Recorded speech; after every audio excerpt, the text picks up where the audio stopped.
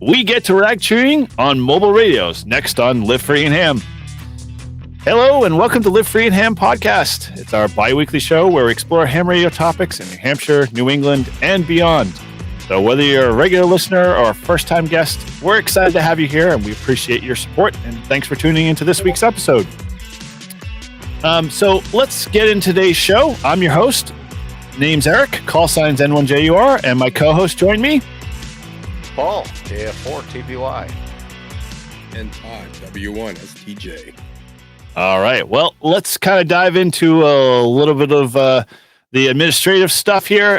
Just want to update you guys on a few things. Obviously, our storefront is up, and we've been working on getting more shirts in the shop. And we are going to be launching one of our favorite shirts this month called Beams, Dipoles, Verticals, and Bacon.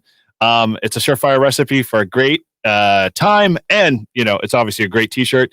Paul is wearing our favorite camo cap there, so that is also in the store. And then we've got our original OG hat and a number of other great stuff in there, so feel free to head on over there, show some love, and pick up Live Free and Ham swag, and we'll be very much appreciated. Thanks for supporting the show.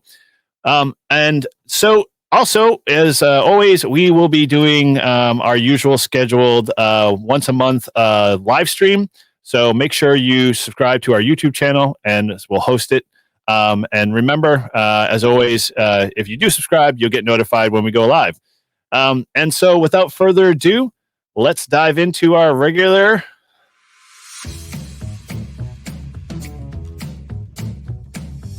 And now for something a little extra with Todd, W1STJ.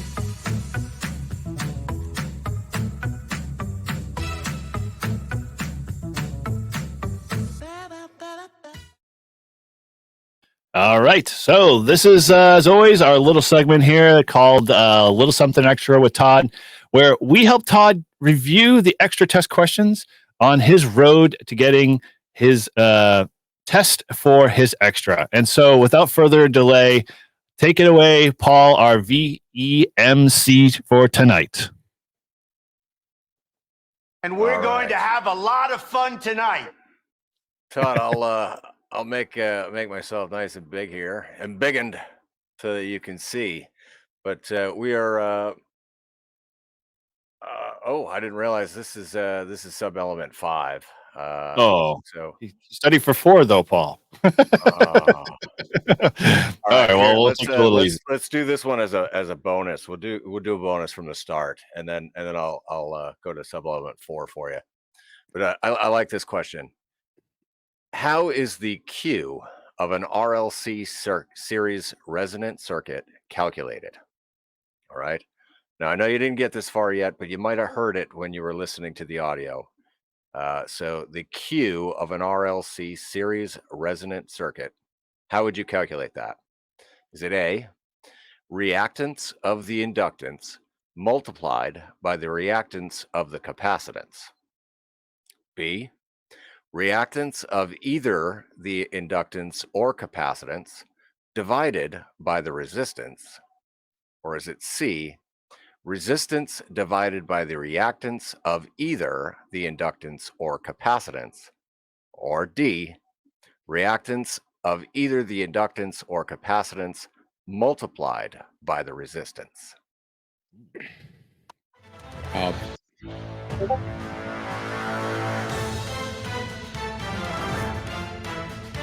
That's a tough one. A lot of reactance in that question.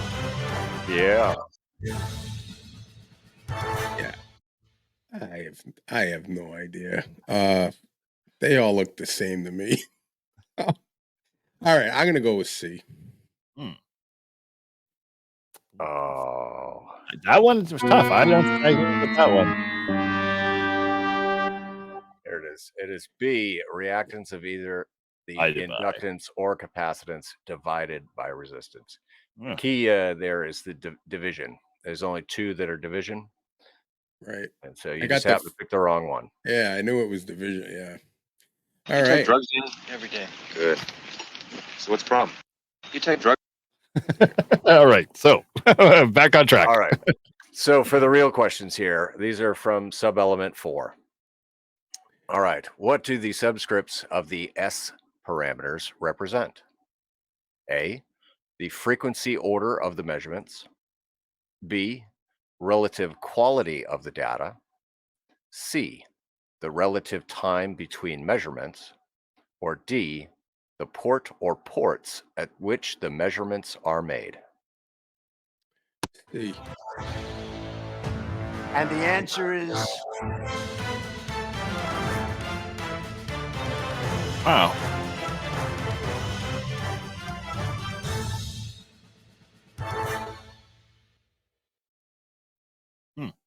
All right. What do you got, Todd? C. C, the relative time is not correct. Oh, Correct there's a port answer is or ports. D, the port or ports at which the measurements are made.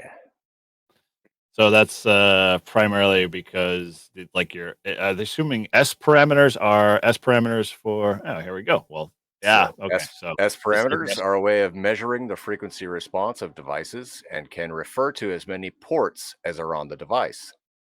For example, an antenna has one port, a filter may have two ports, a power divider may have three or more ports.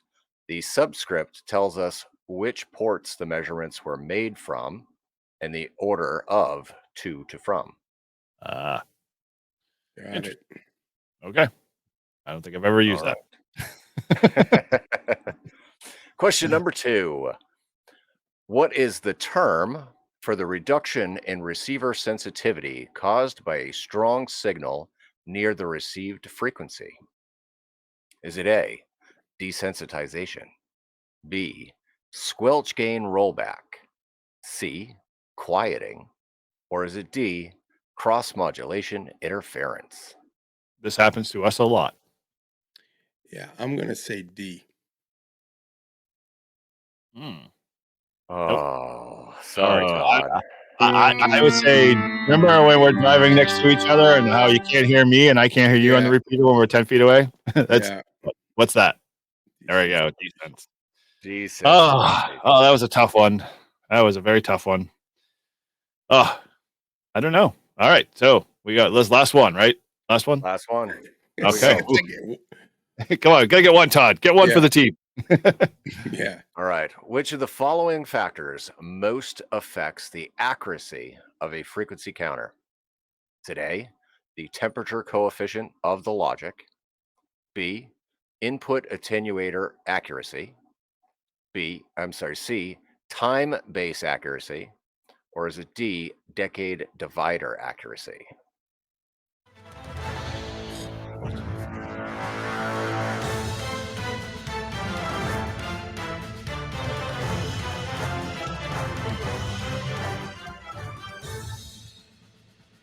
and the answer is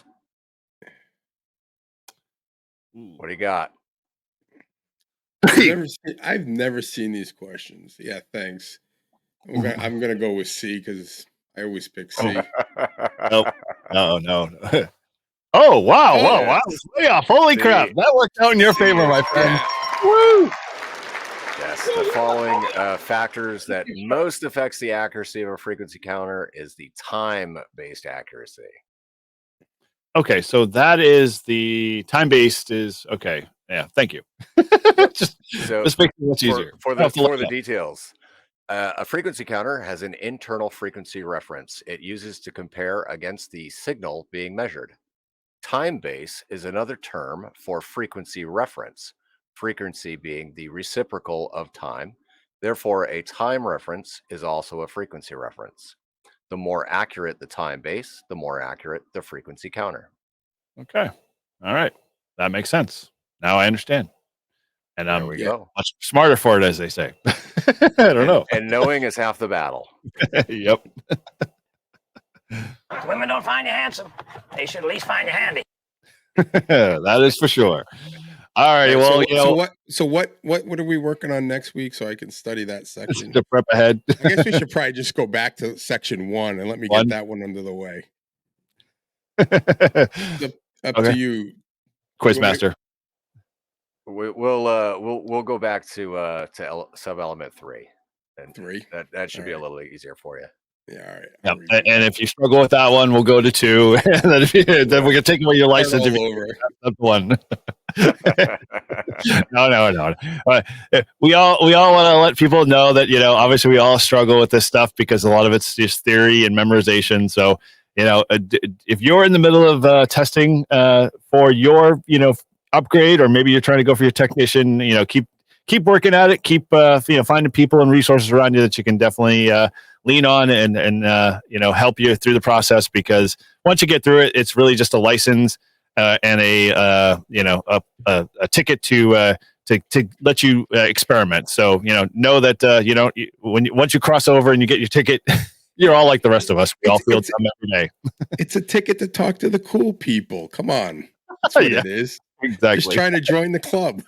Mm-hmm. So the interesting thing is, though, right, is like I learned a ton in the month between tech and general, and then after I got my general, like that's when a big part of the learning started.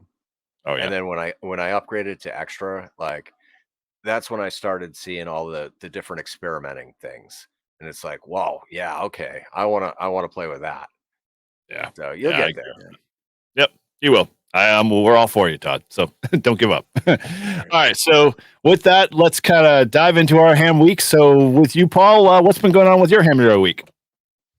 Well, my ham radio week wasn't a whole lot of ham radio. I did make a few DX contacts a few nights ago. 20 meters was really, really open, like 10 p.m. Eastern time. So I was able to get out into the Middle East, Qatar, and a couple other stations. Wow. So that was really cool. But otherwise, I've been spending the last 24 hours playing with the FX4CR, and I'm excited to get that out into the park this week. So we're gonna state this so it's physically documented on tape or digital format that Paul, I gave him my FX4CRs. I am on vacation heading down to South Carolina, so he is in charge of coming up with a review on his channel. So it'd be the big first kickoff of many other reviewers. But he's been tasked to make sure the Bluetooth and FT8 is working flawlessly. So when I get back, I'll know I know what I have to do watching this video. Yeah, I will do my best. All right. Well, that's all we can ask for, right? Now the big question is, did you get your coffee cup back? Oh, I got. That's the only way I could get the radio. It was an even trade. Yeah. I don't know about that, but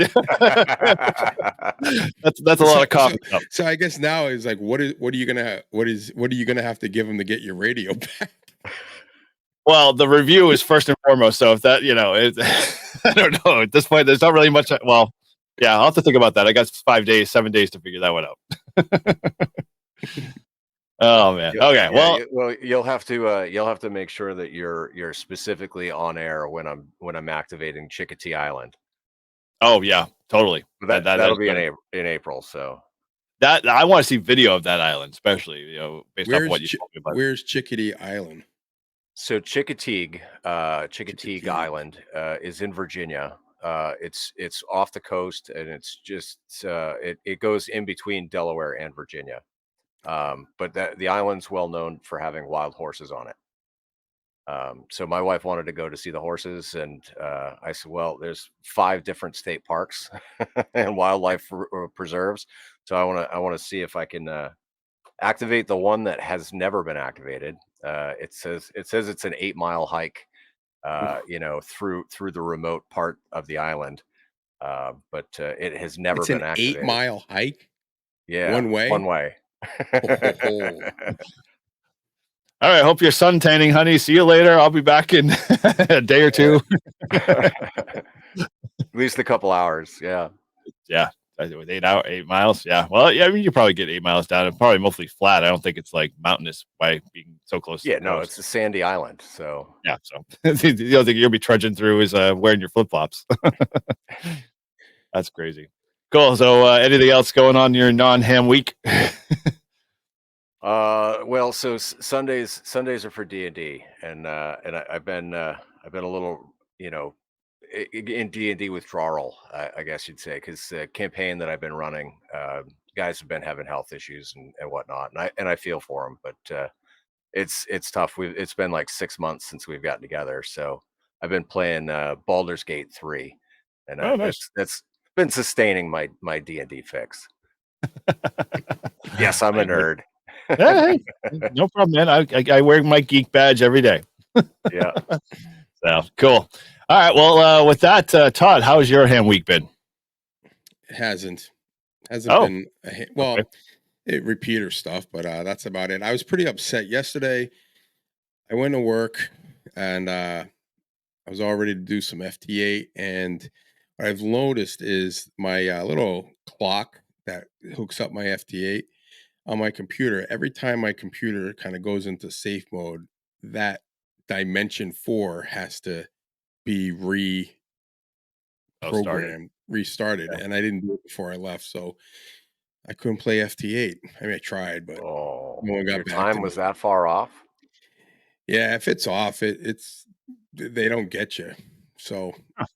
and I was remote, so not a big deal. But what? I was gonna say it might add some delay, especially being remote. Yeah, so I got to figure out how to keep that as there's probably a way to make it like the permanent clock. I don't know. I got to look into it, but Well, so yeah, I know with mine, every time Windows restarts, it auto starts in the background, and it runs a sync like every 30 minutes or something like that. But it just yeah, stays in the background. yeah. So mine, what happens is when it shuts down or whatever, and I wake it back up, it pops up as like a, do you want to allow this, to sync? So I got to figure out how to give it Oh, permission yeah, allow it always. always, right? So, but yeah, but besides that, everything else has been kind of slow. I was gonna do some POTA, but the days that it was nice and warm, I was swamped at work, and it looks like now the warm weather looks like it's gonna be warm, but it's gonna be raining. So I'm like, ugh. Yeah. So I'll get there, but that's about Well, it for me. I guess it sounds like I'm gonna have to do the heavy lifting for all of us. I mean, this ham week has not been real hammy, but in essence, my future ham week is going to be quite hammy. I'm getting prepped for a 5-day follow trip with my son's spring training baseball college program, and so we're going to be just driving all the way down, leaving probably at the beginning of the week, and we're going to drive straight through. And lo and behold, before I even got a chance to sort of allude that I would be maybe interested in hunting parks, my wife turned to me and said, well, we're going to have to stop, so what parks do you have planned out map? And I'm like, is that the green Yes. light? Do I have to go? Yeah. And my daughter turned to me in the same set, like, we better activate parks. I'm expecting, we do that. And I'm like, she's like, I want to do it under your call. I'm like, well, you've got your own call sign. We can do 10 meters from any park. So, maybe she might activate her first park. So, we'll see how it goes. So, yeah, we'll have to get me on ham alert, and, hopefully get KC1HWB is my daughter's call. And, see if you can get her on the air. I mean, obviously, once this episode airs, it might be a little too late for that, but hopefully, you guys get a chance to work her. And so, we're gonna travel, and we're gonna activate parks, and and we're gonna be on Myrtle Beach, and I think we're literally right on the one of the coasts, and I think there's either a park walking distance from there, or it's a part of the beachfront. So, I'll have to do a little further investigation on that, but. I'm gonna have a radio full of baseball. I'm gonna have a week full of baseball and a week full of radio. So I think I'll be quite happy, and it'll be a good week for sure. So What are you with bringing that, for an antenna? yeah. So I'm probably gonna end up bringing. I mean, obviously, I have my ATAS on the truck, so if it's raining or whatever, and I want to be able, activate from the vehicle, I can do that.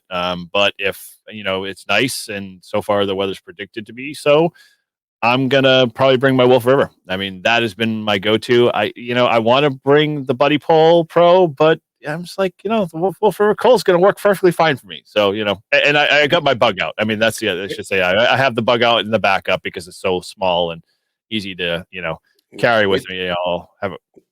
Wait till I get the Res 80. It's going to be the Wolf River Coil Killer.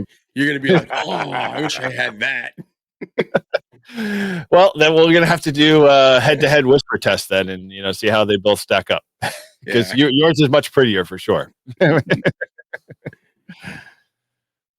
Cool. So I guess that's it for me. I mean, in essence, that's where my hammer week. I haven't played much radio. I've been, busy trying to get a couple of episodes in the hopper there, and so I just finished releasing one on my top 5 ham radio apps, which pretty fun and looking forward to seeing how that goes as my next premiere. But outside of that, just been going with emotions and doing work, as they say. So.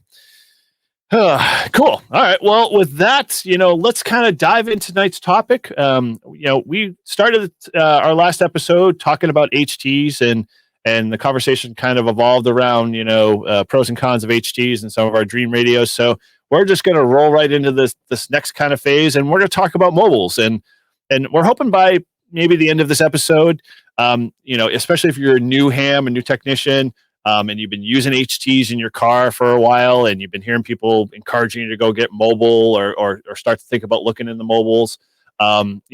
With what we provide for info, maybe it might guide you to want to get one for your car. Obviously we can't provide installation tips and techniques because we all are different vehicles, different walks of life. Some of us don't mind drilling holes. Some of us are 2 left thumbs. It's all good either way. But we're hoping with some of our experience that we'll share here tonight, that we'll be able to give you some direction. And we're going to kind of open this up a little wider and include HF in some of that stuff, because I've got HF that I want to put in my truck, and I'm considering mounting the 891 in there permanently. So we could talk a little bit around that and go from there. So I guess who kind of wants to kick it off? So let's start with, I guess, the first question. All of us had bought a mobile at one reason or another time. And what was your compelling reason to buy that mobile? Was it because you were forced by someone, or is it just you were fed up with a certain, current configuration you had? Let's kind of start there. Well, yeah, go ahead, Todd. You want me to go first? You're the one that gets forced at everything. I know, right? We spend your card. No, I didn't get this one. I didn't get forced to do anything. Well, maybe I did. I my HT wasn't making the repeater too well, so I decided to get the Yaesu 400, and is that what it's called? The 400 touchscreen. The FTM. FTM-400, yeah. And so that was my base station as a tech. After I had my HT.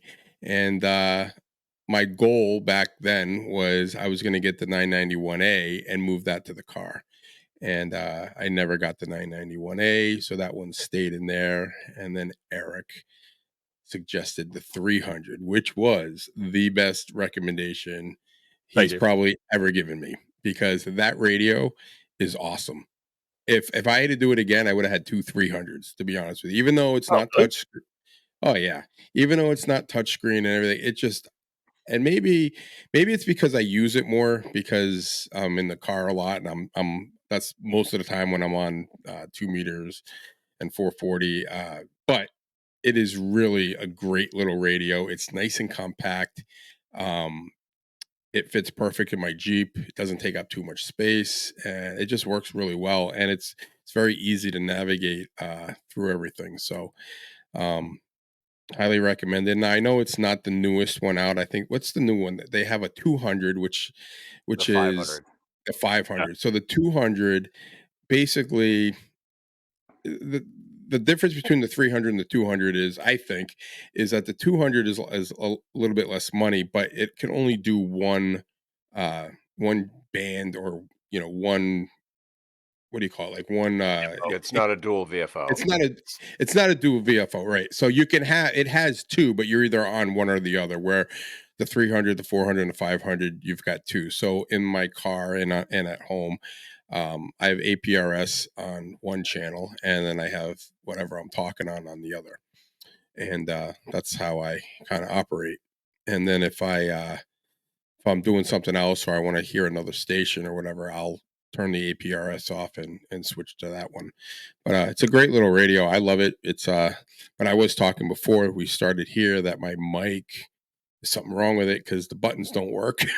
The push to talk does, but I use that mic button. I don't even need to look at it. I just know where the buttons are, so I can hit it to scan. I can go to, I have it set up for like the weather, so I can hit a button and then the weather, the weather service comes on.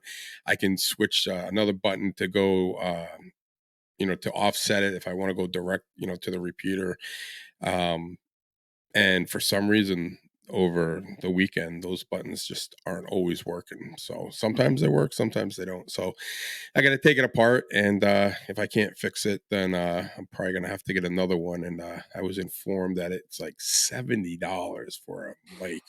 I'm like, oh, I'm like, come on. I thought they'd be like 30-40 bucks, but $70 for a mic. I mean, it still works. I just won't be able to use all my and all the buttons that are on the mic I can do on the radio, no problem. But it's just easier when it's in your hand, and I can drive and not even look at them and know. I can just feel like I know what button does what, the way I programmed it. So we'll see.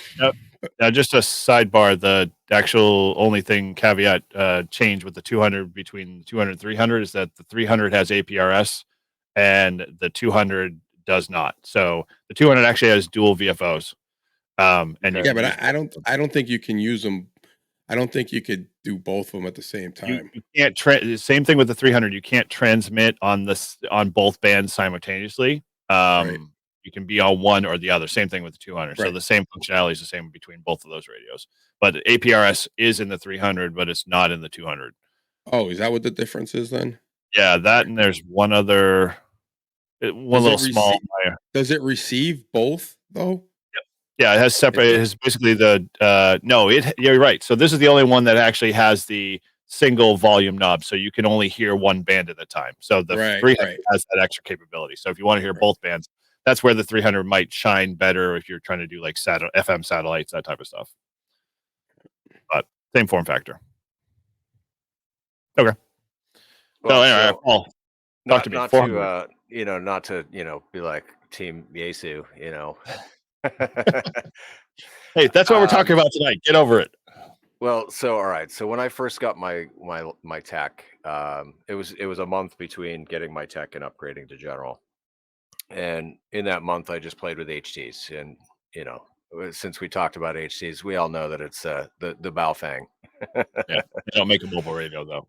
But TYT makes a mobile radio, and so my first mobile radio was the TYT, and I put it in the truck, and I hated it.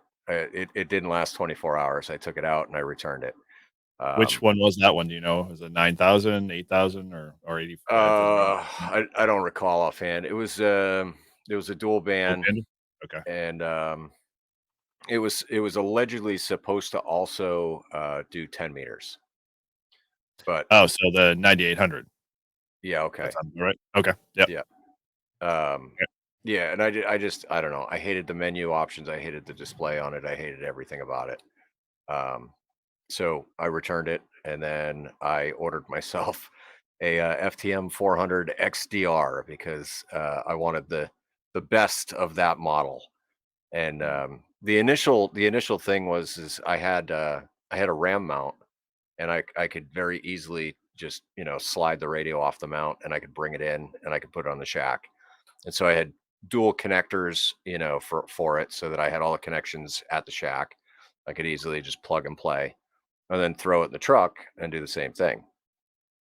And then after my first trip to Florida, I said, you know what, like the RAM mount and everything's kind of it's in the way of the passenger seat, and I know my wife's going to be in the truck with me for 4 days as we go to down the East Coast. She's not going to want that radio banging into her knees. So I mounted it, a little bit more permanent, but it's still easily accessible if I wanted to undo the side screws and pull it off. But that's where it sits now. Is it's kind of just permanently mounted there. I like the full color display. I like the dual VFO where I can listen to 2 different frequencies, 2 different bands at the same time. A lot of times I'll have the local repeater on VFO A, and then I'll have simplex calling on B, or I'll do 70 centimeter calling on the B, and however it is, I'll just listen to the calling, but I'll have the repeater as my primary. Going down to Florida and any of the cross country trips that I've done, I'll put APRS on the B. The only downside to the APRS running, is then when I go to talk on the A, like the APRS will sometimes cut out what the other person's saying. Oh, I didn't know that.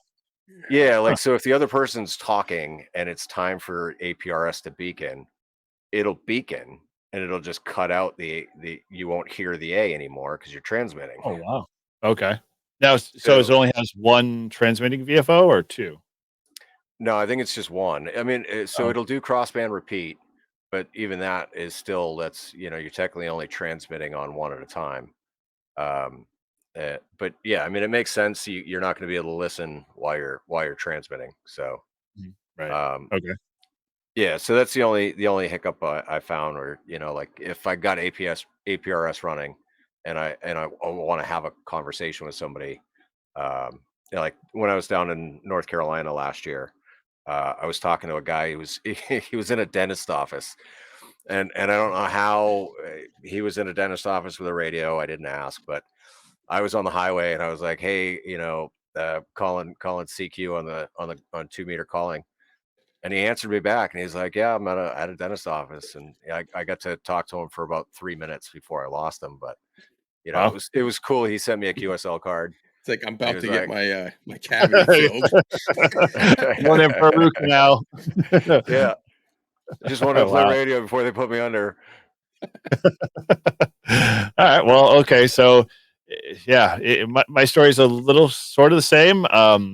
I think when I started back into the hobby and about 3 years ago, 4 years ago, my first mobile radio was something I bought off of eBay. I ran out and found like the most non-expensive Yaesu radio, because I had Yaesu radios when I grew up and when I got into the environment, so I knew no different, and I wasn't surrounded by you guys, so I wasn't exposed to ICOM and things of that nature and whatnot. So I started to scour eBay, and I found an 8500, I think it was, and that was their dual band radio back in the 90s or whatever. And when I saw that, I was like, oh man, that was one of the radios I wanted when I first got my official radio for the truck when I was in my early 20s. That was a Yaesu FTM-400, and that was their big metal. It was literally built like they carved out a piece of aluminum and then inserted all the electronics in this thing. This thing was like you could literally run it over, and I think I did almost at one time. Ran it over by accident by my my truck, because it had fallen out, and the thing was just like perfectly fine because there was a big giant hunk of metal. It was only 2 meters, and it had like a max of 25 watts, if you can imagine that. And I was just like, so that was all it was in my truck. When I got rid of it and got back in the hobby in 2000, I ran out and said, oh, I'm going to get the 8500. Well, I got an 8500 off of eBay. And as we all know, it's a hit or miss with that type of stuff sometimes. And this one was no different. I had it mounted in the truck, and I was super proud of it because it was before the detachable face kind of came out in that, era. And so I had the full body radio mounted, and little to my understanding and lack of, reading the fine details, found that the radio, when it was listed, the owner had listed a note in small little print that says this radio will cut out when it overheats. And I just kind of was like, whatever. And I was like, it can't be that bad. So I I had it in the truck, and I was going to and from my jobs, and I'd be talking, and all of a sudden, like not even 5 minutes into talking a conversation, the radio just go thump, cut it right out. And it was just like they'd be like, "Where'd you go?" And it's like my radio cut out, and so it would come back on again, and then it would get to that certain temperature level and cut every time. It literally shut off, and I was like, so at that point, I got tired of it, and my wife had realized at that point I was probably a hobby I was going to be staying in for a while, so I was on the hunt for picking up a radio, and the 400 was on my top 3. And I was like, this is the radio I want. I want the touch screens. It's got all the great features. And then shortly after, the 300 came out. And I kind of looked at it and said, okay, that's fine, but I still want the 400. I want the APRS and the typing and all that capability. And so I told my wife, I'm like, yeah, if you want to get something for Christmas, well, this is a way you can score extra bonus points. Get me something, from Ham Radio Outlet. Well, she didn't I told her what I wanted, which is the 400, but you know how that translates when they actually go into the store. The guys at Ham Radio, yeah, right. The guys at Ham Radio Outlet in Salem there, in their infinite wisdom, wooed my wife away from the 400 and bought me the 300. Well, I didn't know this. Christmas shows up, and of course they threw in a whole bunch of extra swag just to sweeten the deal for her. So she came with Yaesu hats and stickers and all of the connectors galore. I mean, she literally came out with probably a hell of a lot more. I mean, she was sold the farm plus, and she was just she's still paying it off. Hopefully not. Yeah, at this point.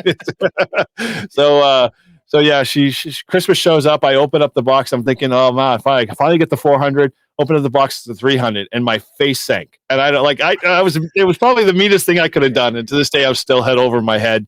Why I was not super excited about the radio, and I sort of was like, oh, I really wanted the 400.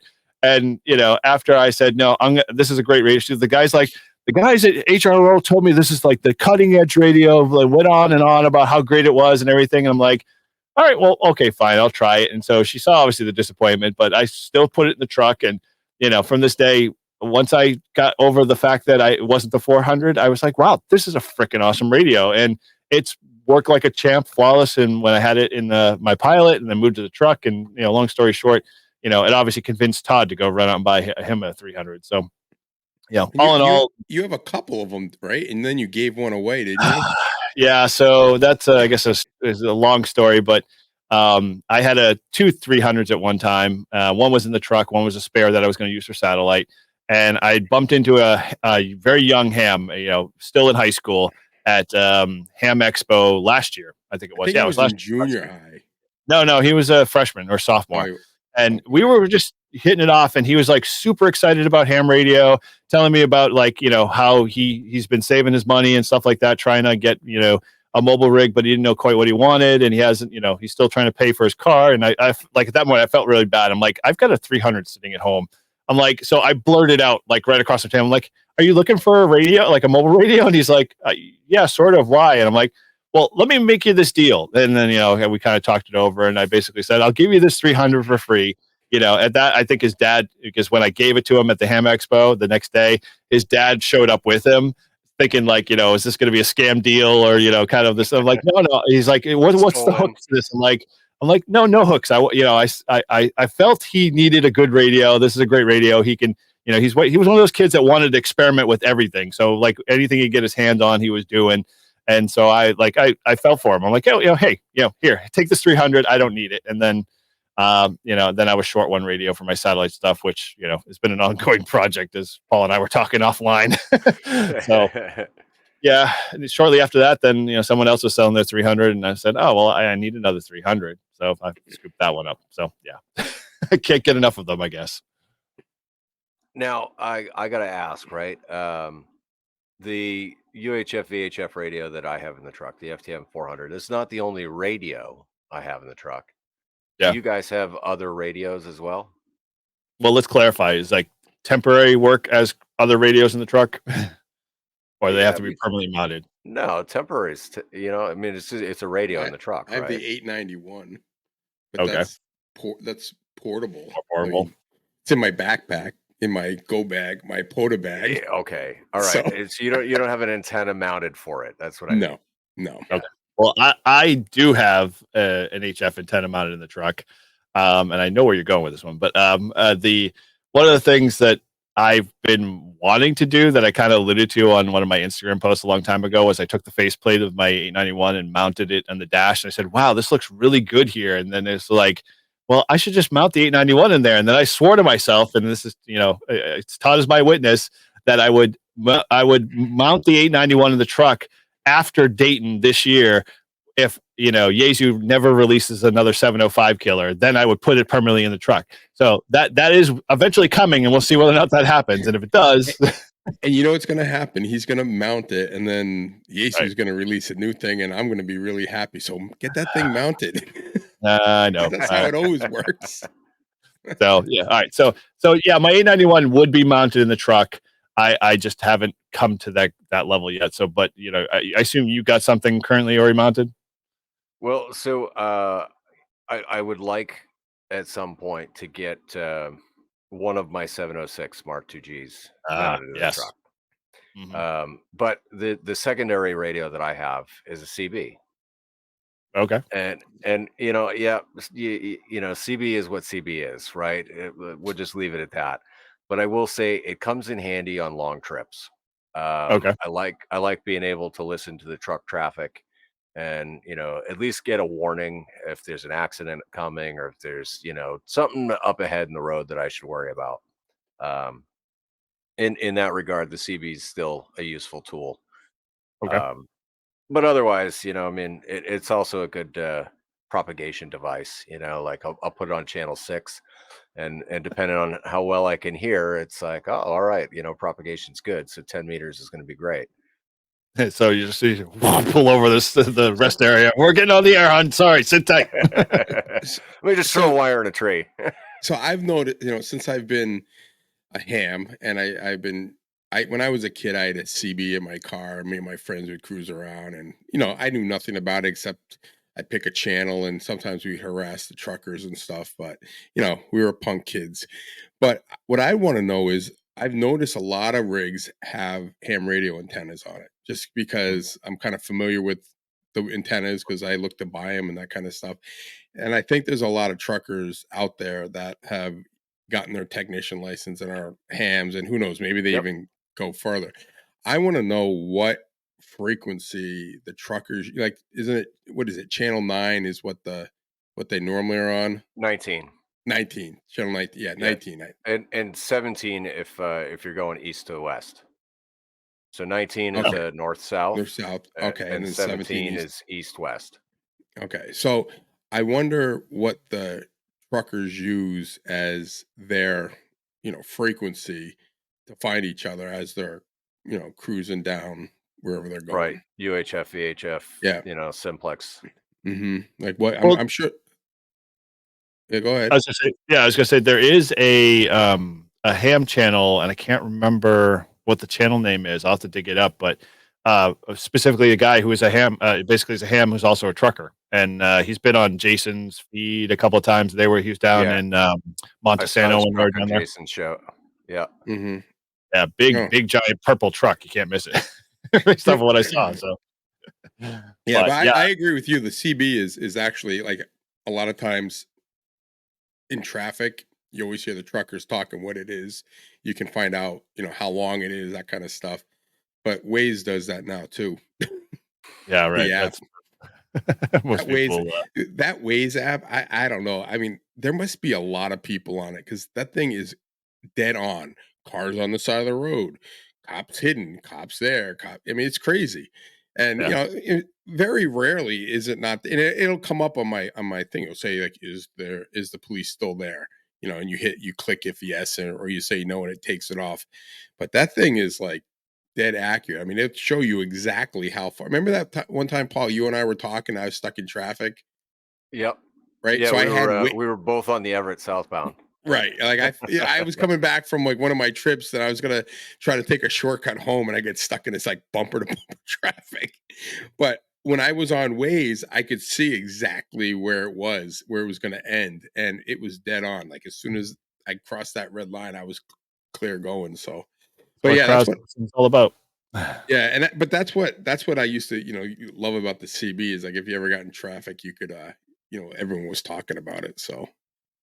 Yeah, my CB days are a lot like that too. As a kid, and our first trip down to Atlanta in our caravan as kids, and first thing my dad got was a CB, and that's where I learned how to swear very quickly. And I learned the ways of the world, as my mom said.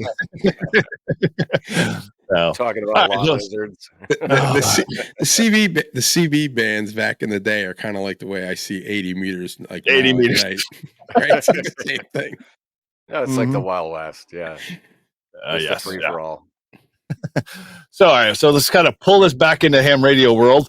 So from a standpoint, we've all got mobile rigs in some form or fashion in our car, and we've kind of iterated on them a little bit.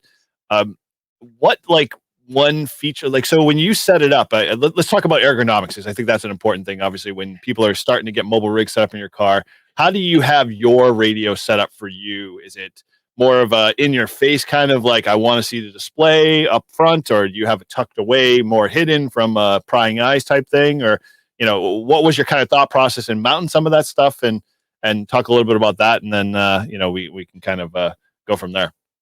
So my Jeep has a little tray inlet that I don't know is probably meant for spare change or whatever, but I think is it 67 Designs? 60 I think it's 67 Designs is a company that makes arms and mounts for every type of radio, any type of for your phone and everything. It's just high quality stuff. Well, they make one for the Jeep where the plate actually fit. You rip out the rubber thing that is in the thing, and there's screw holes, and it actually mounts perfectly into those screw holes. So I put that on, and then you buy the arms, which are like I don't know what a carbon fiber round tubes, and then at the end of those tubes is is the different mounts. So I have my 300 mounted just above my car radio, flush with it. I mean, it comes out just a little bit, but it's flush. So it looks like it's like I got my car radio, with the screen and everything. And then right above that is the 300. And then next to that is where I mount my phone when I'm driving. Now, So, where's the microphone in terms of relation to all that? That's with the so body or with the face? no, so the body are, the radio, that's just the head plate. The radio itself is underneath my passenger side seat. And then I run the mic underneath the seat, underneath it snakes underneath, and it comes out just to my side of the console, just down kind of like where my knee would be. And I just bought one of those. I bought a plastic mic holder, Like a with 3D some. printed one or something? Yeah. Yeah, I found it on Amazon. It was like a couple bucks, but I just put it on with that double-sided tape, and it mounts to the thing, and it just sits there. So I can pull it up, grab it, no problem, talk, whatever, and it's just all right there. So it's pretty clean, and it's really out of the way. And most people get in the car and they don't even know. The only complaint I have is I got a little speaker that I mounted. I was gonna mount.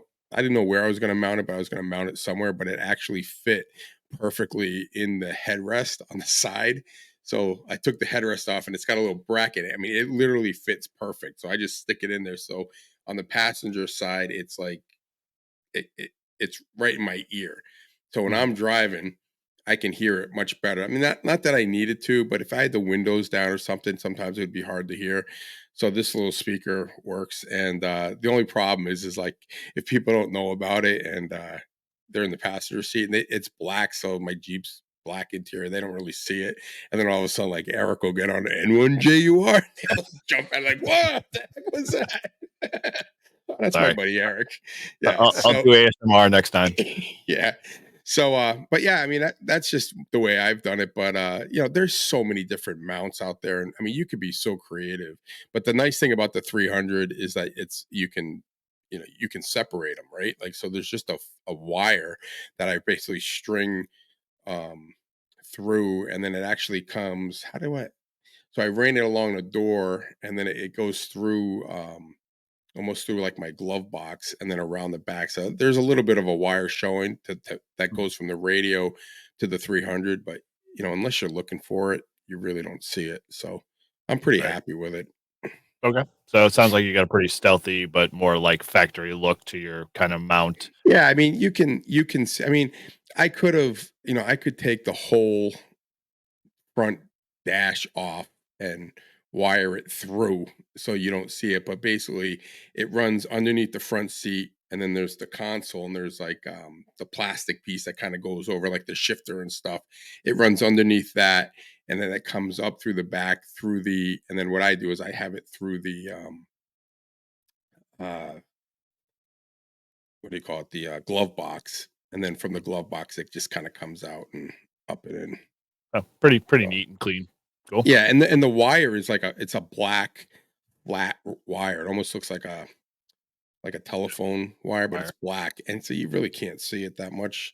And it works great, and it just stays on. The only issue, and I haven't figured out why, and I just think it's the voltage thing. Is my Jeep has this automatic start Shut up. stop. Yeah, and I hate it. I'd never, and it has a button that you can just hit it, and then it lights up and it turns it off, so it won't start and stop. Now, periodically, it'll just shut my radio down, and then sometimes it'll turn it back on, and other times it won't. But it always seems to happen when I'm talking to someone. Never happens when it's just hanging out there. But if someone's talking to me, I'm in the middle of a car, QSO, and all of a sudden I come to a stoplight and the damn thing shuts down, and then I get going again, and the thing just shuts down the radio. So, Eric, I think you found it. Wait, wasn't like $100 to like Yeah. for There's this basically wire? there's two batteries in your Jeep. That one runs off of that charging thing for when you go into no power mode. So you just gotta be able to put it in line, and it keeps the voltage consistent.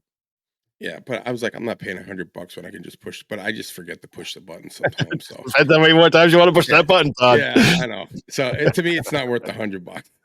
So, Not yet. but that's the only thing. But then I think we were talking. I think Paul and I were talking about like solar panels on the roof of my Jeep. Because now they make them flexible, and then I could like probably just put like a regular a Bioenno battery in there, run it charging off the solar panels, plugging into the thing. I wouldn't have that problem anymore. Yeah. You probably get away with like a 20 amp hour, and you just Oh be yeah, fine. I just stick it underneath the seat with the rest of the stuff. So, and what's nice is the seat in my Jeep is like I don't even have it mounted, and it can't go anywhere. It's like pretty well packed in there. So Yeah. it's been awesome. So I'm really glad with it. And like I said, the Yaesu stuff for me, I mean, it's never okay, the mic might be broken, maybe not. I'll figure it out. But the radio itself, great, and the customer service, which I can say with Yaesu, was phenomenal. When field day, when I lost my what did I lose, Eric? DX10. Yeah, your DX10 finals. Yeah, the finals went, and I literally the guy's like, just send it back, and just write in what's the problem, and within like 2 weeks, I had it back, ready to go, like that quick. So it was pretty intensive, and they did it, and you ship it out to California, and they send it back to you. So it was I like their customer service, so very Cool. good. So how do you have yours mounted, Paul? You got your 400 obviously in the truck, right? Yeah, well, so like I said, mine, it wasn't originally intended to be a permanent installation. It was just to get the radio tucked, out of the way so that my wife wasn't hitting it. But it's still kind of, it's on the side of the console, on the passenger side. So if if you got a not skinny person, like you're gonna bang your knee on it. But And that's the body of the radio, or yeah, is that's the that body. Yeah, because the face is obviously it's always detached. okay? But I get the long cord for that, and so what I did was I routed the cord in through the dash and around the console and everything, and then it comes out, and I've got probably 3.5 feet of kind of play with Mhm. the cord, and so I used indoor outdoor Velcro, like the really industrial stuff, and I stuck it to the top of my dash right above the steering wheel. So Mhm. as I'm gripping my steering wheel with my hand, I can easily rotate the knobs with my finger, Oh, nice. and it's in my line of sight. Yep. But if I'm parking in a city, right? I hate cities. If I'm parking in a city, obviously the radios themselves are visible, right? The Mhm. CB is visible, the FTM 400 body is visible. If somebody was to look in the truck, they would see it. But I take the head unit, the face unit, and I take that off the dash and I put it in the console. Right. So at least it's not as obvious, right? There's not a big display sitting on the dash, like, hey, look at me. Um, but then I've got my microphone hanging just to the right of the steering wheel on the dash with a metal mic hanger. Okay. I don't mind putting screws in my dash. The truck's mine. I'm never gonna get anything out of it reselling it. I got almost 250,000 miles on it. It's just a great truck. I'm gonna run it till it dies. So I don't mind putting the screw holes in the dash. And then the passenger side, I did the same thing. I screwed a mic holder into the dash, and that's where the CB mic hangs. So Okay. I wish I tucked the CB in a little cubby in the dash, and I would have had more space had I put it vertically in the center console. And so if I hadn't cut apart the dash to make it fit, then Would have been in the console, hindsight's 2020, right? yeah, roger that. Yeah. All right. Well, but I do want to mention though, right? This is very, very important for every mobile installation. Always fuse the negative. Yep. Oh yeah. People don't understand and the reason why. Yep. Okay. Why? Your car is your grounding system. And so everything is grounded to your vehicle. And if there's a short somewhere, then it's very easy for that electrical current to travel through the ground and back into everything else. And if your radio isn't grounded, isn't fused on the negative, then you run the risk of potentially something shorting and running electricity into the negative side of your radio. So yes, always fuse the negative. Yep. Yeah, I wholeheartedly agree to that. And actually, I think most of the newer radios today, like in the past 3 or 4 years, actually have 2 fuses, both on negative and positive. So, from the factory, I think you'll be in good shape, which is always a plus. And so, one other tip I guess we'd throw in there when you're going to wire your radio. How I mean, everybody's got. I assume are all your radios wired directly to battery? Yeah. Okay. All right. Good. So that is a tip and almost a command. I think when you're running mobile rigs is that you will you're not going to have to worry about draining your battery because 9 times out of 10 you can set your radio to do power off features after 5 or 10 hours of running or whatever, so your battery doesn't go to crap. But at the same time, most of the, by not going directly to the battery, you are going to constantly get RF interference. You're going to get, hums. You're going to get all of these things. You might get your audio from your mic in your radio system. There's just too much electronics in too many vehicles these days, especially in the past 20 years that, you can get varying degrees. So always go straight to your battery, no matter how difficult it might be and how struggle it's going to be to try to find a hole to go from your firewall into the cab of the vehicle. But do the due diligence, do a little research, figure it out. There's definitely a lot of resources out there for that to be able to. Your truck, Eric, isn't the battery in your truck under the passenger seat? No, my radio is. So my setup's a little kind of evolved. Because I know that there's some cars now that actually have the batteries underneath the passenger seat. Like it's your Jeep is one, but that's the start. That's that whole fuel saving stuff. So that secondary battery's kind of there for that starter, and only that. But I want to say that my wife's truck, which is the same one you have, I'm almost positive she has a battery under one of the seats. She does, and it's part of that whole.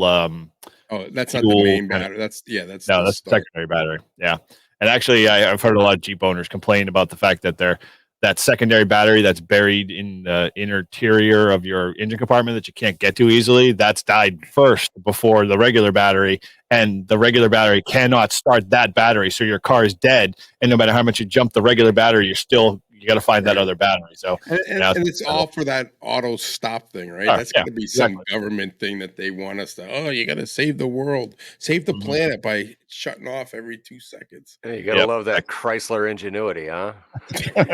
Yeah, it's more than Chrysler, but anyway. So my setup's kind of evolved, and I won't go too deep into it. But I originally my 300 was mounted on the dash, similar to kind of how Todd and Paul have theirs. The body's mounted under the seat. My battery was wired directly, or the radio was wired directly to the battery. But I kind of wanted to get away from having to constantly turn on the radio and turn off the radio when I got in the truck. So I bought one of those typical, basically touch panels that you see in a lot of the Jeeps and overlanding vehicles, where you can mount through a central control panel, in the vehicle. You can control multiple outlets, lights, and the whole 9 yards, refrigerators, that whole ordeal. And everything's all fused individually. A stream deck for your truck. Pretty much, yeah. So it's exactly best example I could say is the stream deck for the truck. So I've got my radio. So I wired that off for the radio. And the one thing I love about it the most is that I can get in the truck, or if I'm starting up the truck on auto start to warm up in the winter times around here in New England, I don't have to worry about the radio, getting a surge or anything like that right off the battery. Not that really happens, but it could. And so by having this little panel, all I do is just start the truck. And because it's wired to ignition, when it actually finally gets that 12 volts from the actual true ignition, then the actual the console, touchpad will allow me to engage the device. So if it's in auto start, someone can't auto start the radio until the vehicle is actually physically running. So it's nice. So I've got that set up on a button. I've got now my 891 eventually to be wired to a button. I've got some other lights and stuff like that. And it's really nice because it's like being able to turn on and turn off stuff from one small little dash console. It's kind of tucked in over by the steering wheel, makes everything kind of, kind of clean and nice. And, that's, what I like, when it comes to, throwing accessories and toys at my truck. But from a setup perspective, my microphone is very much, like in where Todd has his mounted kind of down by the bolster on the right, leg there. And I hit it from time to time and it's taken in a beating, but I'm sure eventually I'm going to run the same problem Todd's running into now, where the microphone's just, misbehaving and going to be a problem, in the up and coming future, but we'll see how that goes. So let's kind of put a little, wrap this up a little bit. So, I mean, obviously the reason why we chose the radios we have, what one feature or a couple of features in them that you liked about it that kind of draw you towards them, and that why you kind of keep it in the vehicle you have now, and maybe touch on those, and then we can kind of wrap it up with one last question. But so Paul, go ahead and take it. What kind of led you to go for the 400? Obviously. So with the 400, the biggest selling points for me was the big touchscreen. I like having a larger display, especially in the vehicle, right? I want to keep my eyes focused on the road and what's around me. So I want a display that's big enough that I'm not struggling to look at it. I'm not struggling to see what channel I'm on or whatever. And the other big seller that I haven't taken advantage of at all is the fact that it does crossband repeat. I know we all do. It's an amazing feature. It was a feature that I absolutely wanted. On the off chance that I parked my truck and I left the radio on, and then I could take the HT with me hiking, and I could radio to the truck to then get a bigger signal out. But yeah, I've yet to play with it. So eventually, one of these days. You continue. Okay. It's on my to-do list. I have it every day. I say, oh, today I'm going to set up the crossband repeat, and then it never gets done. So I'm right there with you. I do want to do it though, because I want to be able to use my HT around the house and not have to be stuck at the shack to listen to the net, or, even to, if it's nice out and I'm having a bonfire, I could run the net from the backyard. From the backyard. Yeah, especially when the weather's nice. So definitely got to get that up and running. For me, I'm pretty simple with the radio. I mean, I use it to talk to, you guys on our club repeater. I have been having some fun with it on the Epson repeater, which one of our guys had told me about. It's actually a crazy repeater. It works everywhere. Like I was up in Plymouth, Rumney, no problem. I was out in Warren, Hillsborough, no problem. It works all the way to the seacoast and south. I mean, it is a big, strong repeater that has a lot of weight. And I tested all the way down. Ralph and another guy were having a QSO, and I was coming down from Plymouth all the way, into Concord. And I could tell, like, when you get into those where they've cut through the mountains to like make the highway or the rocks or whatever, it'd get a little staticky or whatever. But once you got past that, it's super strong. And I'm almost positive that if you were out like up in the Plymouth, Rumney, Warren area and you got on top of a mountain with an HT, you'd get it no problem. So Wow. yeah, I think it's on top of some hill in Epsom. But it's an awesome repeater and it has huge, I mean, it does literally, I haven't gone north of Plymouth yet, but when I do, I'm going to keep testing it and seeing how far it goes. But, yeah, Laconia, yeah, north of Concord, Manchester, even in Manchester, like in the crap zones, like with the building and stuff, comes in super strong. So the only thing that I don't like about it is it has a long delay, like tail. a tail, but you don't need to wait. But people don't know that, so they wait. Like you can just start talking. But besides that, it's and it's kind of been an unknown repeater. But now it's getting a little bit more traffic because people keep spreading the word. So it's kind of good, but it's definitely it's kind of like the Westford repeater in Mass, but it's here in New Hampshire. So, well, especially knowing that there's a repeater that's usable on most of 93, like that'd be amazing. Mm-hmm. Oh yeah, I mean, like I said, if you get into like you're going through like Ashland or some of the, and you're in between like the hills or whatever, it's gonna cut out because you're kind of like right next to a mountain. But once you clear out of that, you can pick it up again. So I really want to go up for a hike and just bring an HT and see how far what mountain can I get on? Like can I go up Mount Washington and with my HT and hit the repeater? It'd be pretty amazing. But it's a good one. And I guess the guy, his call sign is, it's kind of funny, it's W1ASS. But I know sure I'm like, is that was he given that, or did someone call him that and he's like, I'm gonna get that as a call sign? But I guess he was a radio guy, worked in the area on a radio station, and he now doesn't even live up. I think he might even live in Connecticut, but he goes down to Florida for, this is what they're telling me on the thing. But yeah, he worked in radio, he was on the air or whatever, was a broadcaster or whatever, and he got this repeater up there, and yeah, it's pretty awesome. So cool. But yeah, that's basically what I use that's what I mean. And for me, the 300, it's just the way it looks in my Jeep, the simplicity of it, but it also has a lot of features. So you don't need to use all the features.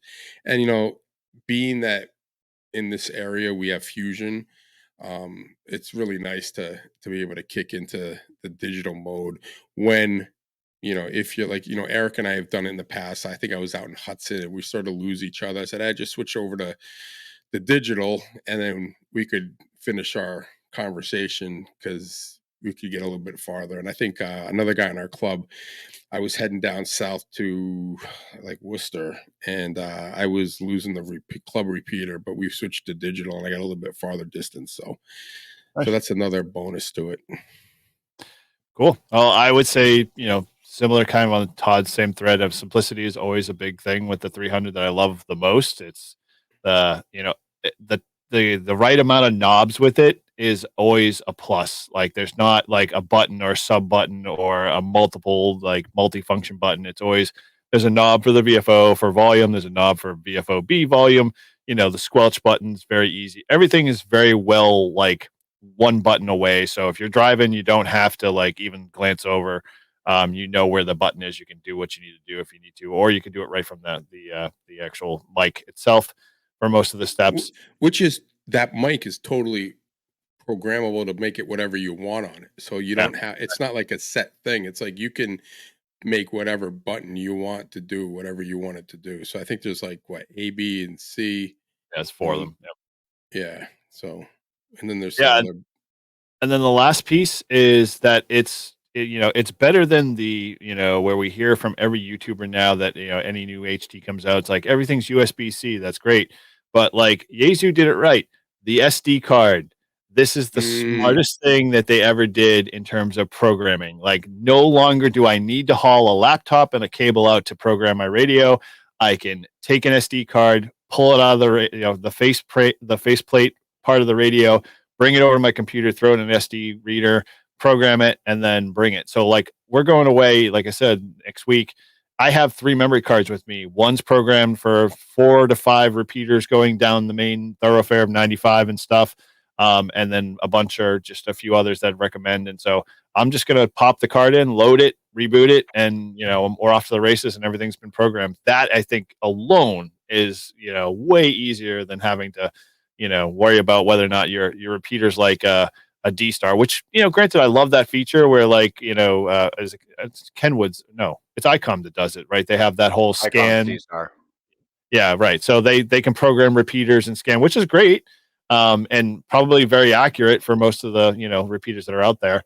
But, but then, it programs all of these channels in there and you may or may not know what repeater it is and where it is and whatnot. Well, I have more control and I think that SD card is a big plus. So when you're shopping for radios, that's something you might want to consider because, we can't program thousands of repeaters into your memory card. Well, there are people that do that. I should say that they're, that old dinosaur is still there. But now you can be more selective about how you program your memory banks and channels and all the other stuff and features and functionality. And my last piece of that is APRS. I love APRS, although the implementation of it on the Yaesu world is, a little bit half baked. But I would say, it's definitely a great functionality and love that service and have it running all the time on my B band because, I don't know about you, but my 5.2 experience here in the New England is like, very rare unless you want to talk to Dale. AC was I can't remember his call. AC1F? AC, yeah. No, AF1T, right. Yeah, AF1T, yeah. He's a big 5.2 guy, so he'll be the always one to respond back to you, but there's not a whole lot of 5.2 traffic, at least from my experience, or at least people responding. I'm sure I'll probably hear a lot more when I go down south, so I'm looking forward to making some contacts. And so I guess with that, so let's kind of wrap this up a little bit. So we didn't really talk price, and I didn't want to kind of get into that because with mobiles, there are a lot of features and functionality. I think the best recommendation that I can offer, and I'll throw it out to you guys too to throw your last final thoughts. When you're shopping for a radio, look at price, look at features, look at functionality, and do a comparison against all 3. Don't worry about the brand, the type, because most of the menuing systems when you get into mobile radios are roughly the same. You're not going to see a major difference like you see in the HF space. But, from a standpoint, you're going to get a lot of the same functionality too for power, for, features. And, it all just depends on what your budget is when you go in. And if you're running an HT currently in your car and you're struggling with it, this might be a good sign to think, hey, let's move towards a mobile rig and your experience will be much more better on that side. So, Paul, what do you last final comments? Yeah, well, so I mean, obviously, with me, everything is on a budget, right? And I shopped and shopped and shopped, but when I finally made up my mind and I said, yeah, all right, the FTM-400 is what I'm going to buy. I bought it through Gigaparts, and I used PayPal financing, 6-month interest free. Good So option. that way the 600, ended up being $100 a month at no interest, and that was a good deal for me. But yeah, do what works best for you. Definitely, there's no need to remortgage the house to buy the next radio. Not a good thing. It's just like any of the other hobbies, guns, kilts. You don't want to ever remortgage the house to feed your hobby. Mm-hmm. Good point. Even though we would want to, but yeah, you don't want to do that. Instant gratification. Yeah. I think my biggest thing is I used to have an HT with a mag mount before I had my Jeep on the car, and it worked, but it was annoying. A lot of static, losing people. And then once I put the mobile rig in, it was like, whoa, like this is awesome. And so if you don't have a mobile radio and you're questioning about should I get one or not, I'd highly suggest you get one because you'll use it a lot, especially with us. With our club is very active on our repeater. We're getting more and more people on it. We do the net pretty much every night, and it's just really cool to be able to just monitor it, and then you get in the car and you hear someone call out and you're talking to them. So it's definitely it's a no-brainer. If you're thinking about like, I'm on the edge, like, do I get it? Just get it, and you won't regret it. At least that's what I thought, because I found it to be a huge difference from an HT to a mobile rig, just with the amount of the wattage. It's way better. Yep.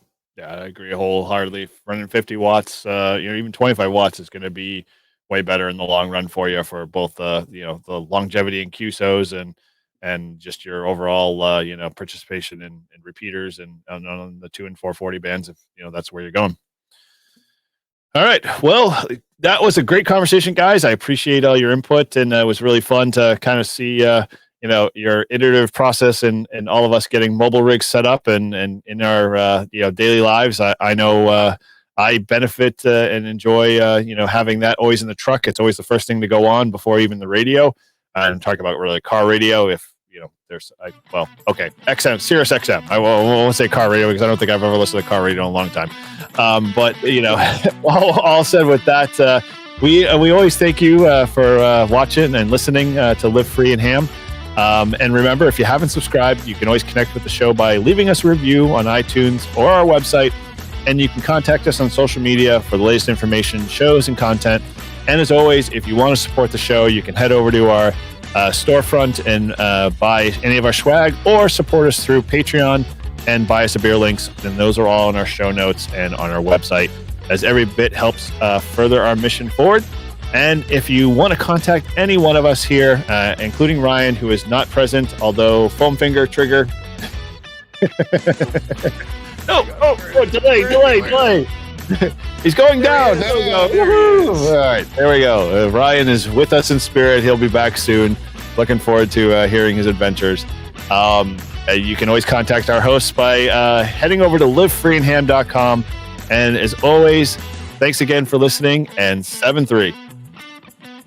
7-3.